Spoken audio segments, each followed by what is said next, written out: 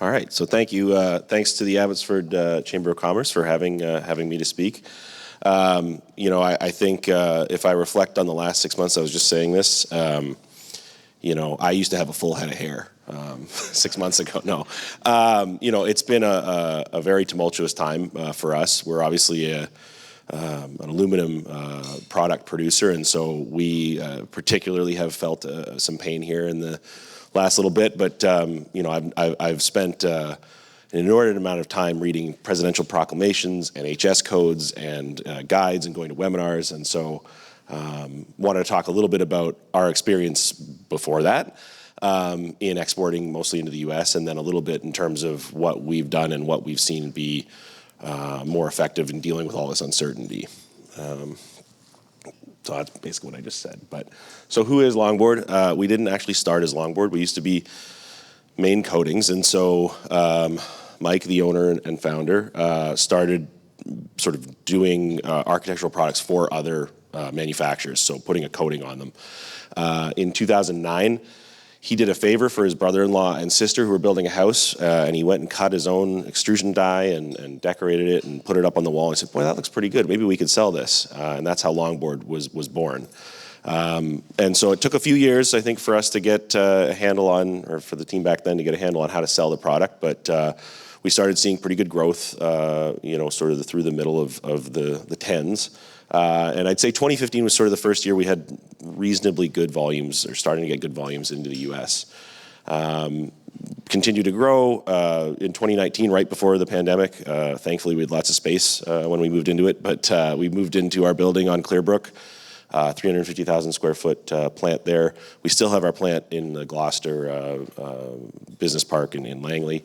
And we've just been expanding since then. And in my intro, it did say I have people in culture that reports to me. And actually, we've got Tricia here who helps me immensely with all sorts of things, people in culture for our team. But I'd be remiss to not just take a moment to throw out a little bit of what we've achieved this year.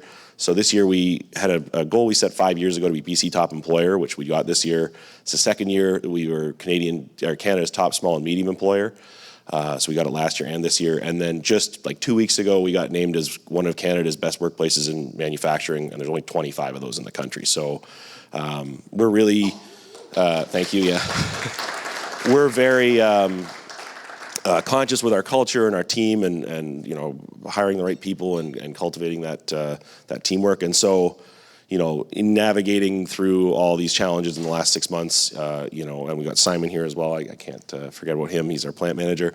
In navigating all these problems, having a great team and a strong culture really helps get through a lot of the turmoil. And I don't think we've had a lot of stress, maybe myself more than anybody, in dealing with this. But the team's just continued to grow, and I think this year we're up 10 to 15%, I think, in headcount already. So. What we do, architectural aluminum siding, soffit, battens, ceiling systems. So you see it looks in this picture here. It's hard to tell actually at that size, but principally wood graining. So it's an aluminum product that looks like wood. You get all the benefits of a metal system that doesn't weather the same in the built environment, but it does look like wood. We're very vertically integrated. So when we moved into our plant, we manufacture from raw aluminum logs all the way to our finished goods, and we think we're probably the only person in our space that is doing that. And it's a huge advantage, especially as we move through these challenges, in that we've sort of sequestered a lot of our own margin by not paying someone else to do these things for us. So that's been really helpful. And currently we sell into all 50 U.S. states and all the Canadian provinces, and we are working on trying to expand that more globally. In terms of how much we've sold, I very roughly calculated about 30 million square feet of products sold into North America. And if an extrusion is like if you took a piece of Play-Doh with your kids and you push it through a little shape and you get that shape coming out of it. Longboard, we are 24 feet long principally. If you stretched all the longboards we've produced, it would go all the way to Dubai and back. So we've had a really nice growth story, and we continue to grow this year. So talking a little bit about our journey into the U.S., I think as a Canadian company, especially one that's our building's 5 miles from the U.S. border, it is the most obvious place to start, and we've seen a lot of growth there. Our sales this year are probably something like 80% into the U.S., and there's some really obvious benefits there. It's the world's biggest market, so the economy is huge. They are. The scale of their building, if we were just trying to sell into Canada, we just don't do the amount of economic activity that they do. Proximity and logistics, so especially as we look into going into other places, principally Europe and Asia, obviously you're not going across oceans, you're not dealing with the global supply chain issues that we had during the pandemic.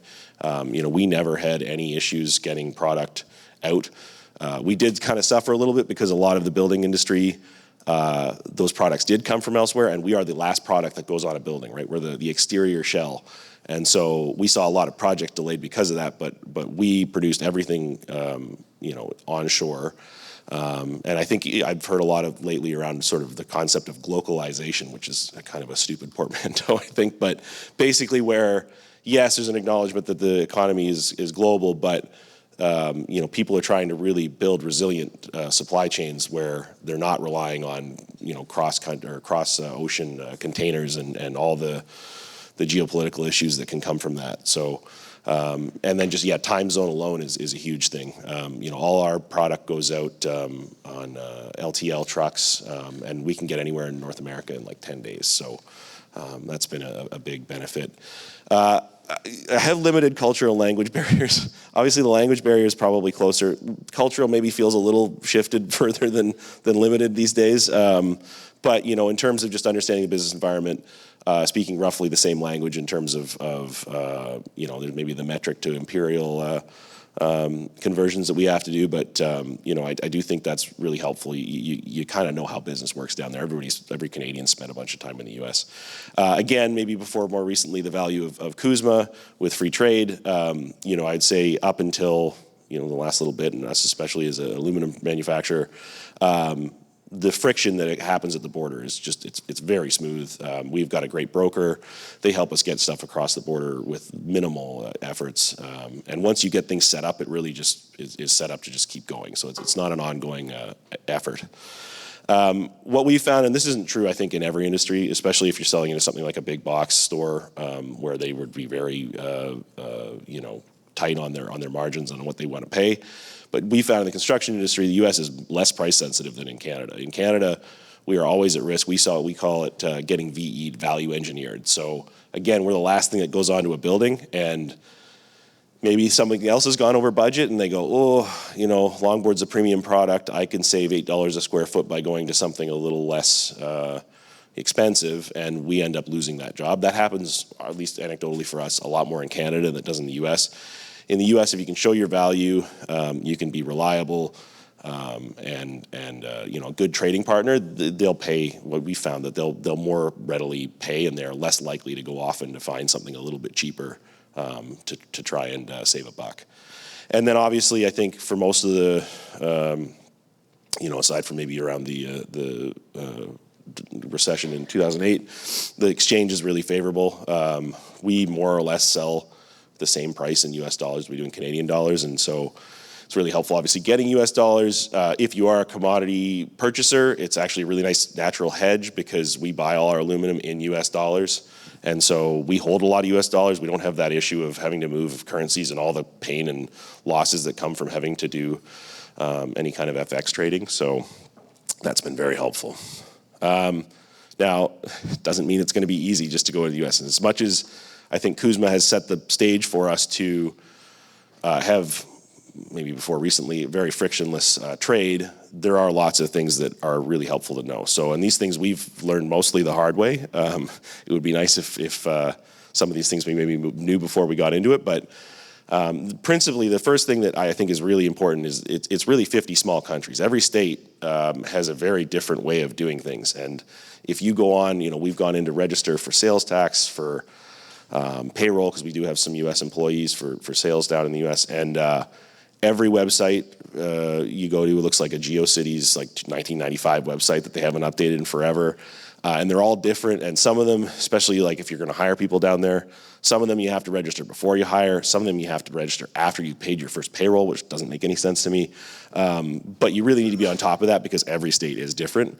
Another just kind of silly example is, so we allow people to pay credit card for our product, and it's a relatively expensive product. We can have somebody putting $70,000 on a credit card, and so we charge a credit card fee. And I just found out like a month ago, there are 19 states where there are sort of different rules about that you cannot charge a credit card fee, whether it's a maximum you can charge or you can't.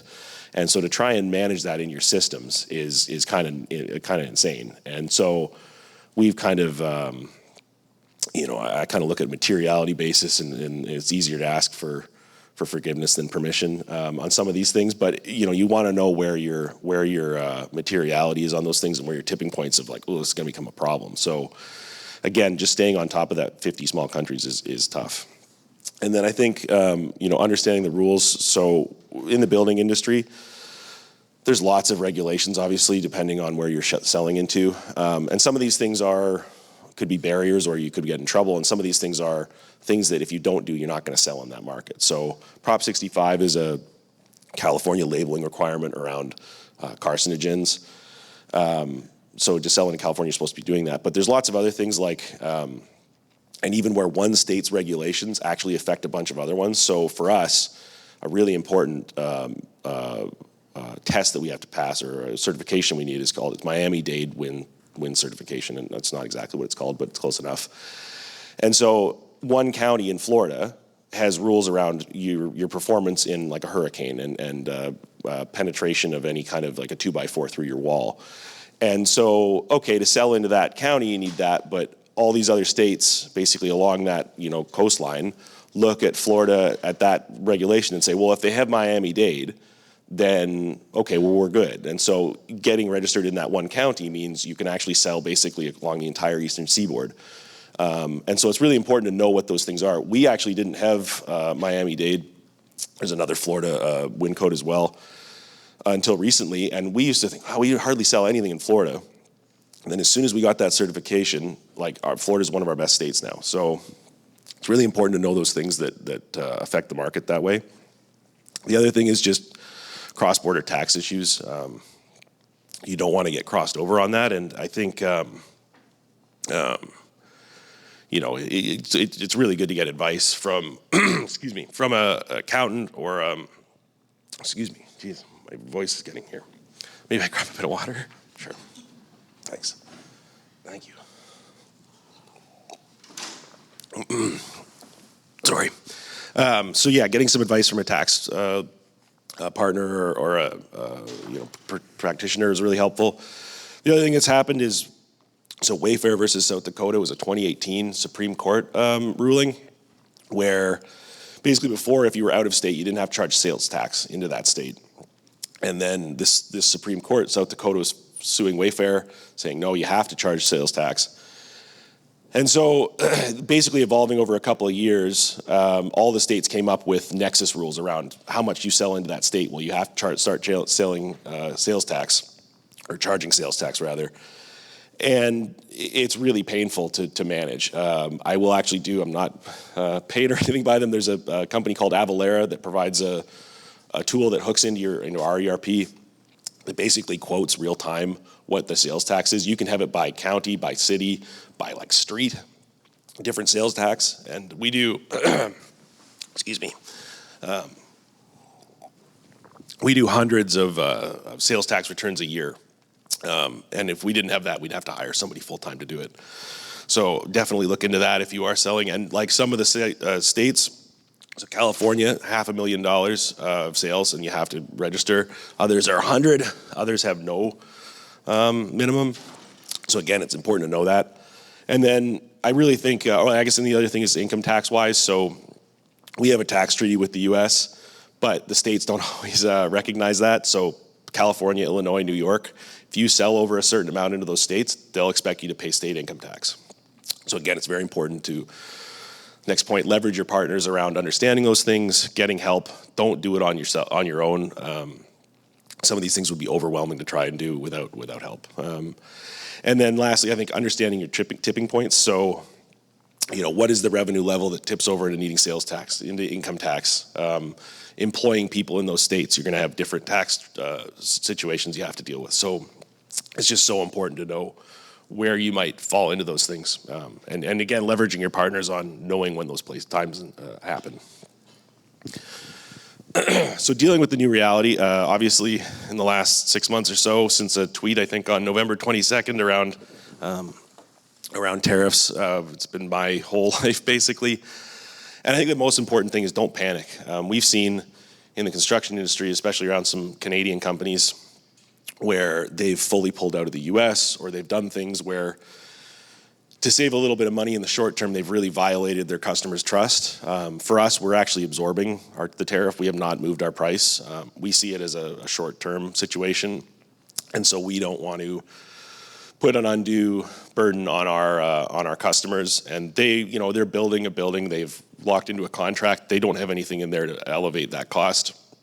And so it's really important that you take some time to understand what the exposure is. Obviously, for us, it's not existential, and if it was, obviously we'd be reacting a little more significantly. But it's important again to know where you sit and how long you can last at a certain level. And I think if you disrupt your customers, maybe you save a little bit of money up front, but you're going to be paying for it for years in terms of the trust you break. I think relevant to the rest of the training today, understanding your exposure. So are you CUSMA compliant? What's your country of origin? For us, we actually buy some stuff from the US, so small components in our system, and it's really great because we pay a little bit of tariff bringing that in, and then we pay no tariff bringing it into the US. So it's really important to know where your products are coming from. Obviously, there's some places where, China specifically, I think if that's where your country of origin is, that's obviously a challenge. So, shifting supply chains where you can, or doing some significant, what's the word I'm looking for? When you significantly transform a product to change its country of origin. So if you can do something onshore, it really makes a difference. And then really knowing your HS codes. So we do it under Chapter 76. It's like the aluminum code. And under 76, we can't pull out the aluminum cost, which is a pain. But if you're in other chapters of the HS codes, so you make I don't know off the top of my head, say like locks, and you have steel or aluminum components, you're actually allowed to pull out the cost of those things and then pay only tariff on the amount of aluminum or steel that are on those. So it's really important to know what your HS code is and what are the facts around those tariffs. The other thing I'd say is do this before you export and be very clear on what it is. There's no better way to get a CBP audit than changing your HS code after they've put a tariff on it. I think that would be pretty nasty. And the other thing I'd say is, if you think, we miscategorized and we want to change it, our experience is once CBP has your money, they will not give it back. There are certain cases where they will, but in that type of situation, they will not give it back. So make sure you've got that up front. And then I'd say developing your processes. So things have changed so many times. I think we've had 5, for us, at least with the aluminum side of things, we've had 5 times where tariffs are either going up or they're coming off, or whatever's happening. And so we've built a few different things. We've got an internal software team, built a few different things to be able to manage our transfer price really quickly, and to just better manage our visibility on orders and all that kind of stuff, so that if a tariff's coming on, we can ship stuff across the border, and understanding those things. So having hardened processes, really good processes, will really help deal with these things as they come and go. So how can you mitigate tariffs? So first thing, I think sales structure. We have a US-based sales company. We employ US salespeople as well. And every order that goes in the US, we sell to that company first. And so there's a transfer price that's there. And so if you're doing that transfer price, it actually does help mitigate a little bit of that tariff, because you're basically, the value that it's crossing the border at is that tariff price, or the transfer price, that's a little bit less than your sales price. So that's a big benefit for us. Don't just come up with a transfer price. Go and get, like we use KPMG. They've got a lot of great experts to help you with that. So don't just come up with something. Make sure it's defensible, because again, if you want to get really dragged over the coals by CBP, screw around with that a little bit, and they'll get you. Price increases, again, for us, it hasn't been existential, but if it was, that's a way to if you're commodity basis, I think there is a way to pass that on. Inflation's not good. The demand curve, changes as your price goes up. So, I think that's something to be careful about. And then knowing your dates. So as I said, we've had 5 or 6 times where things have changed, and we've done a big push to push product across the border before a tariff becomes effective. And it saved us a bunch of money, specifically in that one little window where the fentanyl-based tariffs were on for like 4 or 5 days. We shipped a bunch of stuff before that, and then we held off, made sure our customers were okay, but held off for a few days, and then they came off, and we basically didn't pay anything in that window. So it's really important to know and be watching the news, as exhausting as it can be, I think, to be watching the news all the time these days. It is really important to stay on top of it. Getting creative, so I think in terms of whether you've got a place to store some product across the border, whether you can make some sort of a different deal with your customer around taking stuff early, or shifting some costs or something like that. I think there's lots of things you can do. And again, sort of a theme of the presentation is leverage your partners. Make sure you're looking at like all the good folks in the room today can help you out with ideas. Talk to your experts, talk to your broker, talk to transfer pricing, all those things. Don't do it alone. It's so hard. Like, you can look up stuff on AI or on Google. It doesn't tell you what actually happens, and you really need to have that key counsel to help you to get through it, I think. Looking elsewhere, so I think for us, we're obviously based here. We got no plans to go anywhere else, and what we see in being in Canada, again, maybe 6 months ago, this wouldn't be such a point, but a reliable, stable business environment, rules-based business environment, I think is so important.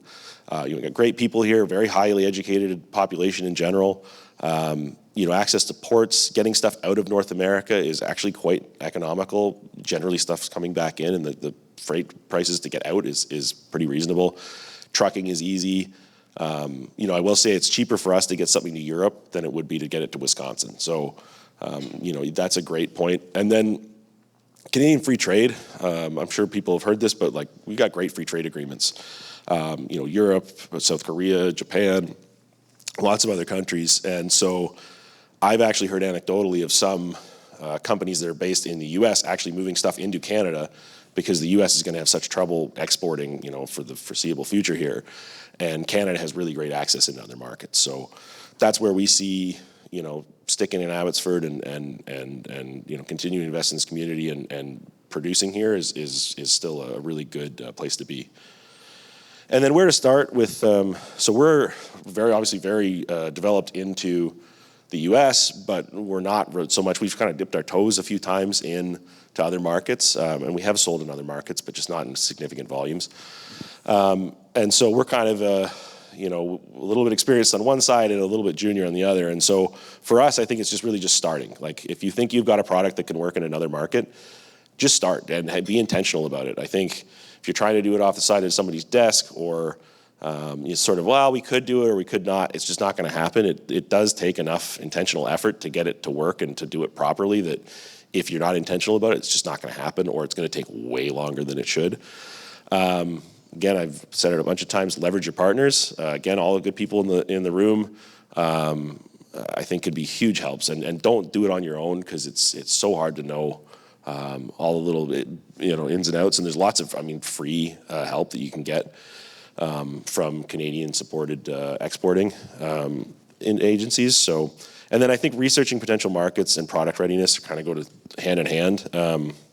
So something for us, for instance, on product readiness is going into Europe, which we're sort of starting to think about. What are the rules and regulations around buildings in there? Is our testing sufficient for being put onto a government building, or what kind of certifications do we need? That stuff's really important, because, as I said with that example with Florida, if you don't have some of those things, you just will not sell. It just will not work.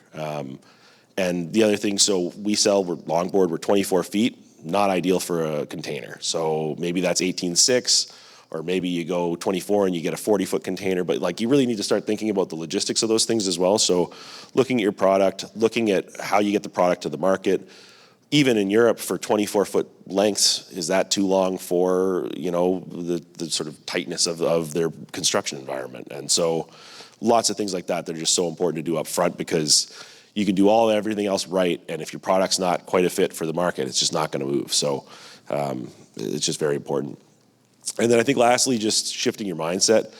I've said this a bunch of times because we've talked about diversifying a lot, and the best time to have done that was years ago, because we'd be diversified by now, but the next best time to do it is now. And certainly, again, not being intentional about it, it's not going to happen. So, I think we've always felt like, why would we go outside of the U.S. market or spend our time looking outside developing the U.S. market, because it's so big, it's right next to us, it's easy to sell to. We're still not fully saturated through it, and in the last 6 months, it's like, oh, well, that's why we should have done that, So if you feeling like you're too small, we're not ready, it's complicated, we're just a local company. The markets out there are huge. I think in the coming future, Canada is going to be seen as a really reliable trading partner. We've got those good agreements. If you don't start doing it, it's not going to happen. So, and I think you just benefit-wise for Canada. It's a huge thing, right? You're bringing currency into the country, you're employing people here, manufacturing is so important, as we've seen, and there's all sorts of really positive side effects. I also think you can look at your structure, look at your costs. As you scale, things obviously are challenges, but capacity and growing the scale of your company is always, usually costs go down. If you can reach that bigger market, there's lots of opportunities there. And then I think through this challenge, we feel like, we've been weathering this issue with the aluminum side of things, and it's at 50% tariff right now, which is pretty nasty. But we see that in the marketplace, a lot of our competitors are panicking, and they're doing things that, yes, maybe in the short term, it's a better result for them, but in the long term, we feel like we're going to be gaining a lot of loyalty. We had a customer in just this week, and sort of explaining to him our thought process, and they're down in the southeast of the U.S., and he's like, "Oh yeah, no, we're going to be buying from you guys forever because of this, because you guys are being, reasonable. You're not putting it on us, and we appreciate that." So I do think it's an opportunity to just be thoughtful and show maybe that you're a little different than your competitors, and this will pass. We had a politician in last week, and that was the thing that he said is just, this is a time and place. It does not make sense commercially that this is the relationship between the U.S. and Canada, or that this level of trade barrier protection is happening. So if you take that longer term view and you're not looking at that next quarter, you're just going to be way better off for it. So that's it. Thank you.